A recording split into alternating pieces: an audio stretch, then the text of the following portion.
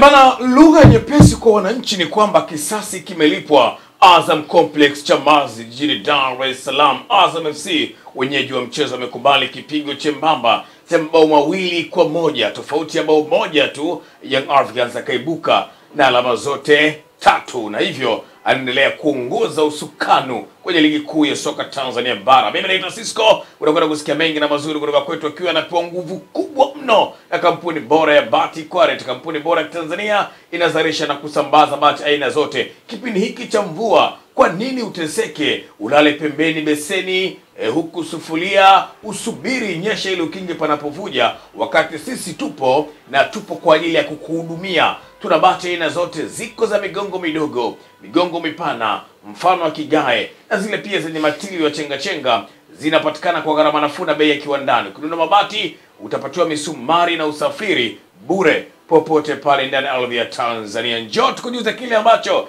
kimejitokeza kwenye dakika 90 na zile 5 za nyongeza. Uko vizuri? Mungu mwema. Ulalamiki? Silalamiki. Bana, mambo ni mazito kweli. Kwa nini yawe mazito? Mambo ni mazito kwa sababu ilipigwa mbungi. Mbungi ya maana. Unajua wanapocheza Azam na Yanga, kuna test ya mpira wa Tanzania. Ndio tunaipata. Unaipata. Umeelewa vizuri yeah. Nini hasa ambacho kimesababisha Azam mchezo huu kupoteza? Mchezo uliopita wao waliibuka kidedea. Jibu rahisi kwenye swali ambalo umetoka kuniuliza Cisco ni intensity ya wachezaji wa Azam. Okay. Haikuwa nzuri sana kwenye, naweza nikasema haikuwa siku nzuri kazini kwa wachezaji wa Azam FC. Nafikiri labda study za mwalimu Tausi zinaweza zikawa zilikuwa nzuri sana dhidi ya Young Africans, lakini application ya watu ambao walikuwa uwanjani, nikimaanisha wachezaji wa Azam, ndio ambao haikuwa sahihi kabisa. Okay. Kuelekea katika game kama hii kulikuwa na maswali mawili ambayo Young Africans alikuwa anayapeleka kwa Azam, ambao Azam alipaswa kujiuliza anapokwenda kucheza dhidi ya Young Africans. Lakini lilikuwepo swali moja tu ambalo Azam FC alikuwa analipeleka kwa Yanga, ambalo Yanga anapaswa kujiuliza alipokuwa anakwenda kucheza dhidi ya Azam FC. Okay. Maswali mawili ambayo Azam FC alipaswa kujiuliza alipokuwa anakwenda kukutana dhidi ya Yanga kwenye mechi ya leo. Jambo la kwanza kabisa alikuwa anajiuliza kuhusiana na ubora wa wachezaji wa Young Africans ambao kwa sasa hivi umezidi kuongezeka kila siku. Hilo lilikuwa ni swali la kwanza. Kwa nini? Kwa sababu game ya kwanza ambayo alikutana nao dhidi ya Yanga, wachezaji asilimia nyingi sana wachezaji wa Young Africans hawakuwa katika intensity sahihi, nikimaanisha wale key players wao wengi hawakuwa katika kiwango bora. Hilo lilikuwa ni jambo la kwanza. Lakini jambo lingine ambalo Azam walikuwa wanaenda kujiuliza dhidi ya Young Africans ni kwamba walikuwa wanakwenda kukutana na timu ambayo haina cha kupoteza kwa sasa hivi. Yes. Niliwahi kuzungumza nikasema ya kwa Young Africans ni kama muindaji ambaye amebaki msituni akiwa na mshale mmoja mkononi. Lazima atakuwa analenga kwa umakini mkubwa sana. Ndio kikosi cha Young Africans kwa sasa, yoyote ambayo yuko mbele yao wanamuona ni halali wao kuweza kumpa alama, wao kuweza kuchukua alama 3 kutoka kwao. Ndio maswali ambayo Azam alikuwa anajiuliza anapokwenda kukutana na Young Africans. Kwa Azam FC swali pekee ambalo walikuwa wanalipeleka kwa Yanga ni kwamba wanapambana kusecure alama ya nafasi ya 3 kwenye msimamo wa ligi kuu ya Tanzania bara. Pengine labda tunaweza tukasema waliaona matokeo ya Coastal Union dhidi ya Singida Black Stars, hii ikawa imeongezea morali au imewakata morali, tuseme hivyo. Kwani kwa sasa hivi watakuwa wana gap la zaidi ya alama. Kwa sasa hivi watakuwa na confidence dhidi ya Singida Black Stars mara baada ya kupoteza mchezo wao dhidi ya Coastal Union ya kule mkoani Tanga. Kwa hiyo vitu hivi viwili ambavyo nimekuambia Cisco vinatengeneza scenario kadhaa ambazo zilikuwa zinaenda kutupa aina ya mchezo ambao tunakwenda tumeweza kushuhudia siku ya leo. Jambo la kwanza kabisa ulikuwa unajiuliza kama Young Africans ndiye ambaye ana uhitaji zaidi wa mchezo huu kutokana na namna gani ambavyo alikuwa anamuuliza Azam FC. Maana yake ni kwamba tulikuwa tunaenda kuishuhudia Young Africans ikienda kuwashambulia zaidi Azam FC. Hilo ndilo aina ya soka ambalo tulikuwa expect kuliona kutoka kwa Young Africans. So timu ambayo tungeishuhudia ikikaa nyuma zaidi. Build up yao ndio tulikuwa tunajiuliza hapo. Namna gani ambavyo Young Africans watatengeneza mashambulizi yao dhidi ya Azam FC. Pengine tuanzie hapa. Young Africans always wamekuwa kitumia mfumo wa 4-2-3-1. Ndio mfumo ambao tumekuwa tukiushuhudia mara nyingi sana, na leo walimu wote wameweza kutumia aina hii ya mfumo, kwa maana kucheza na viungo wawili katikati. Azam walikuwepo ya zaidi pamoja na Kaminko, lakini kwa Young Africans alikuwa ni Duke Abuya pamoja na Mudathiri Yahya. Wakati Young Africans wanakwenda kuwashambulia Azam, shape yao ilikuwa inabadilika kwa kubakiza wachezaji wawili nyuma. Mchezaji mmoja anakuwa katika cycle lakini anakuwa amesogea mbele sana, nikiwa na maana ya Duke Abuya. Lakini pia kunakuwa na idadi ya wachezaji 6 mbele katika eneo la kushambulia. That's why leo umemwona Clatous Chota Chama amecheza katika mchezo. Ungejiuliza swali, Kwa nini mwalimu amemwacha Clement Mzize nje? Hapana, mwalimu anahitaji distributor, player ambaye ni distributor kwenye timu. Tofauti na kwamba ana uwezo wa kufunga, lakini Chama ni mchezaji ambaye akiwa uwanjani zile runs zake tu uwanjani ni shida kwa wapinzani. Lakini pia ni mchezaji ambaye ni mzuri kwenye kutengeneza. Ndio Clatous Chota Chama, sio mfungaji, ni mzuri kwenye kutengeneza. Nafikiri tumemshuhudia katika matukio machache. Sasa hiyo ndio shape ambayo Young Africans walikuwa nayo. Kwa nini walikuwa wanaacha center back wawili ambao wao walikuwa wanasogea sana mbele? Katikati anabaki Duke Abuya ambaye yeye nikwambia huyu alikuwa anasogea mbele kumpa chance Mudathiri Yahya ambaye alikuwa anacheza kama third man runner ambaye ulikuwa unamuona anafika zaidi kwenye eneo la Azam FC. Lengo ni kucheza na wale viungo washambuliaji wa kikosi cha Azam. Na maanisha Faisal Salum, Gibri Sila. Leo alikuwa ameanza yule bwana mdogo ambaye ni msumbufu sana kwa Djigui Diarra. Jina lake limenitoka kidogo. Na alikuwa Abdul Suleiman Sop. Hawa ni wachezaji ambao wana kasi, ni wazuri, ni creative player, lakini pia katika eneo lolote wanaweza wakakudhuru. Ndio maana mwalimu alichagua kucheza na aina hii ya ushambuliaji. That's why Young Africans ilikuwa ni easy sana kufika katika lango la Azam FC. Kitu kingine ambacho kimetengenezwa kwenye aina hii ya game, kama Yanga watakuwa wanafika sana kwa Azam, the question is Azam watadefend vipi dhidi ya Young Africans? Azam walikuwa na defend kwa mfumo wa low block. Ndio ambao walikuwa wanautumia. Bali enough hawakuwa compact. Niliwahi kukwambia Cisco, kama kuna jambo ni hatari sana kwa Young Africans ni kuwaachia space wao wachezee mpira. Yanga wana tabia ya kuchezea mpira. Yaani wakisha kuona umeka block, wao wanachezea mpira, kwa maana ya kwamba wanaangalia zile nafasi ambazo wao utaziacha wao waweze kuzitumia kupiga penetration pass. Rejea magoli mawili aliyowafunga Young Africans leo. Ndilo ambalo tunalizungumza hapa. Idadi ya wachezaji 4 katikati ya wachezaji wawili, mchezaji anapigiwa pass, anafika kwa goalkeeper, anapiga mpira unafika golini, anapatikana mwingine anaweka mpira kambani paka umezuzwa. Wakati mpira ule unapigwa ulimkuta katika space sahihi sana Prince Mpumelelo Dube. Anafika mpaka kwa goalkeeper Foba, anajaribu kushuti. Wakati huo wachezaji wa Azam hamna ambaye alikuwa anaangalia nani ambaye atakuwa nyuma, kwa maana ya kwamba finisher mwingine ambaye atakuepo paka umezuzwa anaweka mpira kambani. Rejea goli la pili Cisco ambao ameweza kulifunga Prince Mpumelelo Dube. Ni katikati ya defenders, ana receive mpira then anashuti na mpira unaingia kambani. That's why nikakwambia kwa Mwalimu Tausi alipiga hesabu zake vizuri sana. Lakini application ya kila ambacho amewafundisha wachezaji wa Azam ndio ambayo haikuweza kuwa pride vizuri uwanjani. Kwa maana ya kwamba kati ya center back na center back, nikiwa na maana ya Eve pamoja na mchezaji mwingine Yoro Diaby, kulikuwa na space kubwa sana ambayo ilikuwa inaachwa. Ni faida kwa Young Africans. Wachezaji wa Young Africans ni wazuri sana kwenye kujiposition.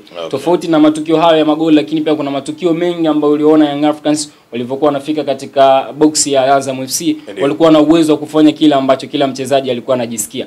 Kuna wakati Chama alikuwa na receive mpira anapoa then anashoot, ndio unamwona mchezaji anaenda kufanya marking. Ni matukio ambayo ukiyatazama vizuri unaona makosa hapo katika defenders wa kikosi cha Azam FC. Goalkeeper wa Azam for sure to me, ukimtoa mchezaji ambaye ametangazwa kwa man of the match, lakini Azam leo anapaswa kujivunia sana Zubeli Foba. Amefanya kazi kubwa sana. Pengine sasa hivi tungekuwa tunazungumza Young Africans zaidi ya magoli 3 au 4. Amefanya kazi kubwa sana. Njoo kwenye eneo la kiungo la Young Africans. Nafikiri ni eneo lingine ambalo lilikuwa zuri sana kulitazama uwanjani. Duke Abuya pamoja na Mudathiri Yahya. Duke Abuya ni kama alikuwa anamfanya Mudathiri kuwa last born wake. Cheza vyovyote ambavyo unahitaji. Wakati nikikuhitaji kuja katikati, njoo katikati na wewe linda na mimi niangalie namna kwenda kushambulia. Walikuwa wanafanya switching tu. Ndio maana nikakuelezea kuwa Duke Abuya leo kuna namna pia ametusaulisha kuhusu Khalid Aucho. Namna gani ambavyo walikuwa wanayazuia mashambulizi. Namna gani ambavyo walikuwa wanamtumia wale center back kwa coach Young Africans kwa maana ya Ibrahim Hamad Baka pamoja na Dickson Job kumtumia katika kuanzisha mashambulizi ya coach Young Africans. Lakini pia alikuwa ni mzuri katika kuzima zile attacking ambazo Azam FC walikuwa wanazifanya. Nimeenjoy sana katika eneo la katikati. Lakini jambo la mwisho ni intensity ya mchezaji mmoja mmoja. Azam FC to be honest leo wachezaji wengi wa kikosi cha Azam wamecheza chini ya kiwango. Huo ndio ukweli. Ukianza kwa eneo aliocheza Gibri Sila, ukija kwa Idinado hajacheza katika kiwango kikubwa, ukija kwa bwana mdogo ambaye walikuwa wanagombana wenyewe kwa wenyewe Pascal Msindo, umeona hata goli la kwanza ambalo Yanga wamelipata limetoka upande wa Pascal Msindo. Kuna attempt kadhaa ambazo Young Africans wamezifanya zilitokuwa zinapita kwa Pascal Msindo. So ni mchezaji ambaye hakuwa na intensity sahihi siku ya leo. Lakini pia hata ukija kwenye eneo anaocheza James Akaminko pamoja na yeye zaidi, kuna namna ambavyo unaona eneo la kiungo liliweza kuzidiwa. Taswa inapeleka credit nyingi sana kwa Duke Abuya. Amefanya kazi kubwa sana pamoja na Mudathiri Yahya. Switching yao uwanjani ilikuwa inawachanganya sana viungo wa kikosi cha Azam FC. Nani nimfuate, nani nibaki naye. Hilo nafikiri tumeweza kulishuhudia. Kupigwa kadi ya njano kwa James Akaminko na namna kueleza kuipunguza zaidi yes kikosi cha Azam FC, kwa sababu kuna muda Azam walikuwa wanamtumia. Unajua Akaminko ni mchezaji ambaye anacheza sana physical game kama umeshaweza kumshuhudia. Sasa aina hii ya player ukikutana naye ni mzuri sana kuweza kumwadaa. Akipewa kadi ya njano maana yake nguvu yake ya kupambana uwanjani inapungua. Kwa hiyo kuna baadhi ya matukio unakuwa unamuona hafiki kwa wakati, au anaweza akafika na si respond effectively. Kwa nini anaogopa kuweza kupigwa kadi nyekundu? Maana yake kishapigwa kadi nyekundu ni loss kubwa sana kwa timu kama Azam, hasa mnapokutana na timu kama Young Africans. Nafikiri eneo la kiungo leo Young Africans wamefanya kazi kubwa sana. Kidogo ametusaulisha kuhusu Khalid Aucho. Mchezaji mwingine ambaye ulikuwa unaniambia hapa kuhusu Faisal Salum kama amecheza chini ya kiwango. Hapana, akajitahidi kwa kiasi chake. Fei kuna muda kama ulikuwa unamshuhudia ilikuwa inamlazimu kushuka chini kuja kuichukua mpira kutoka kwa Lusajo Mwaikenda au Yoro Diaby pamoja na Eve, aweze kuchukua mpira kudistribute mipira kwenda kwa viungo pamoja na mawinga ambao walikuwa wanacheza nao. Kulikuwa na kazi kubwa sana ya Fei. Kuna muda alikuwa anacheza kama kiungo kumuongezea nguvu James Akaminko pamoja na ya zaidi. Kuna muda alikuwa anaenda mbele, lakini nini ambacho kilikuwa kinamnyima Fei fursa ya kufanya kile anachokihitaji? Ni intensity ya wachezaji wa Young Africans. Ni kama walikuwa wanabadilishana tu. Duki Abuya akifika, akimkosa basi Mudathiri Yahya yupo. Akikosekana muda basi utamkuta Ibrahim Hamad Baka kafika na kufanya marking. Rejea goli ambalo wameweza kulifunga Azam FC.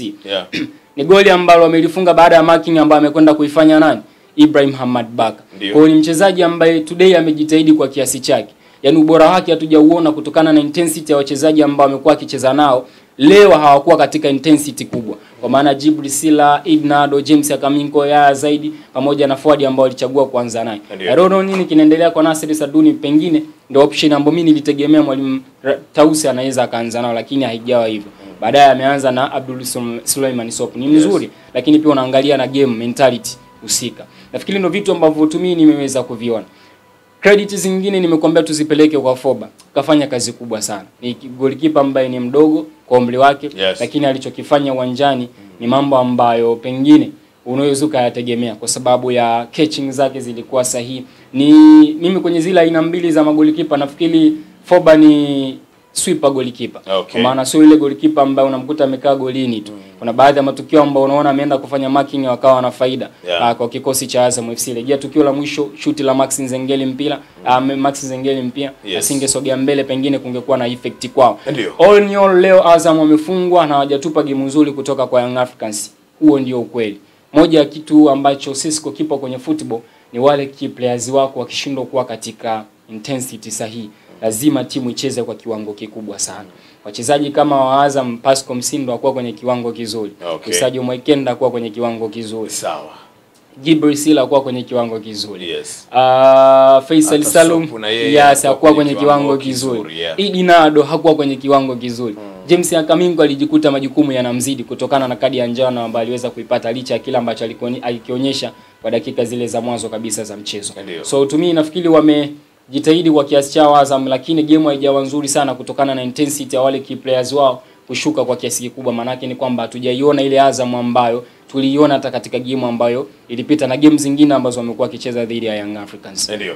Bwana, unaiona Young Africans kinyanyua ndo msimu huu kwa jinsi ambavyo imecheza na michezo kadhaa iliyobakia hapo mbele? Of course, moja ya jambo ambalo nafikiri hata mashabiki wa Simba walikuwa wanalisubiri sana. Ni mchezo wa Azam dhidi ya Young Africans. Wewe tafsiri kama ilikuwa ndio njia hapa ya njia ambayo pengine walidhani ya kuwa Yanga ataweza kukutana na hicho kizingiti kwa sababu ameshaweza kukiluka. Basi ni mimi to me always iko hivi Cisco. Yaani unapokwenda kufanya prediction za timu ambayo itabeba ubingwa, lazima umpe kwanza bingwa mtetezi nafasi ya kwanza. Naomba tu nirudie msemo wangu, then tutafinalize. Young Africans kwa sasa hivi ni muindaji aliyebakiza mshale mmoja katika msitu. Hana option nyingine. Yaani yoyote aliyoko mbele yake ni halali. Akilenga muindaji alibakiza mshale mmoja, akikulenga 100% anataka kukupata. Kwa sababu atakulenga kwa umakini zaidi. Yaani lazima atakupata. Ndio Young Africans yoyote aliyoko mbele yake kwa sasa anamuona anapaswa ampe alama 3. Ndicho ambacho anakifanya, hana option nyingine. Kumbuka Yanga alishatoka kwenye michuano ya kimataifa. Kitu pekee ambacho ni furaha kwa mashabiki wa Young Africans ni kubeba ubingwa ligi kuu ya Tanzania bara pamoja na CRDB Federation Cup. Unaweza kaiweka pembeni CRDB Federation Cup, ila sio ubingwa ligi kuu ya Tanzania bara. So labda unajua ligi haitabiriki, yes. Of course. Labda timu jambo ambalo kwa sasa hivi limesalia ambalo linatupa mashaka kuhusiana na ubingwa, yeah, ni dabi ya Kariakoo. Okay. Ila honestly to me lazima tu nitampa nafasi Young Africans kama kamfunga Azam. Maana yake kwa sasa hivi timu yoyote iliyoko mbele ya Young Africans wanapaswa kujiandaa zaidi kisaikolojia na kujua namna gani ambavyo wanaweza kuadhibiti, ila ni ngumu kutokana na kwamba sasa hivi kila mchezaji wa Young Africans anacheza kama hii ndio last match yake. Okay. Yaani commitment ya wachezaji wa Young Africans ni kubwa sana uwanjani.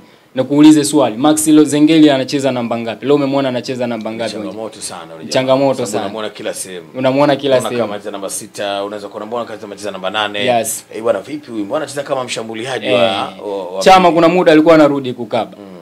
Shadrack Kaboka kuna muda unamuona anasogea hadi eneo la katikati. Yes. Maswali ambayo yani kuna muda ukijiuliza unaona commitment ya wachezaji wa Young Africans ni kubwa sana. Maana yake ni kwamba kwa sasa hivi hawana kingine cha kupoteza zaidi ya kubeba ubingwa wao ambao ni mabingwa watetezi. Kwa hiyo wanakwenda kutetea ubingwa wa ligi kuu ya Tanzania bara. Sawa, Florence Renato tumemaliza hivyo na mimi sina la ziada. Young Africans 2, Azam FC 1, na sasa Young Africans anamzidi Simba alama 10 Of course. Yes, kwa heri.